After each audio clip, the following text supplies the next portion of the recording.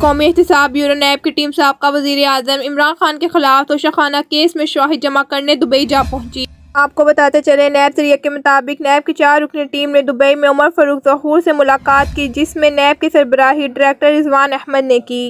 नैब team Saudi वली अहद के तोहफे की घड़ी की फ़रोख्त पर मालूमात जमा कर रही है। सऊदी अरब से तोहफे पे मिली घड़ी को ओपन मार्केट में फ़रोख्त कर दिया गया था। उमर फारूक ज़हूर के वकील ने नैब अहकाम से मुलाकात की तस्दीक की और मुकम्मल ताउन की यकीन दहानी करवाई। घड़ी खरीदने वाले उमर फारूक ज़हूर कीमती घड़ी नैब को दिखाने के लिए कौंसल खाने ले आए। दुबई में नैब टीम ने घड़ी के असल होने की तस्दीक करने वाले स्टोर का भी दौरा किया। स्टोर मैनेजर ने तस्दीक की है इस अनमोल कीमती घड़ी की कीमत का तयन नहीं किया जा सकता। जरिया के मुताबिक उमर फारूक ज़हूर ने घड़ी के साथ खरीदी तमाम एशिया की रसीद और दिगर शवाहिद नैब को दिए। उन्होंने सबूत फराहमी के बाद दस्तावेज पर दस्तखत भी किए। इस्लामाबाद में आर्ट्स एंड टाइम के माली शफीक भी तस्दीक कर चुके हैं कि तोशाखाना में घड़ी की जमा रसीद जाली थी। नैब जरिए ने तस्दीक की है कि शफीक का बयान भी रिकॉर्ड कर लिया जाए।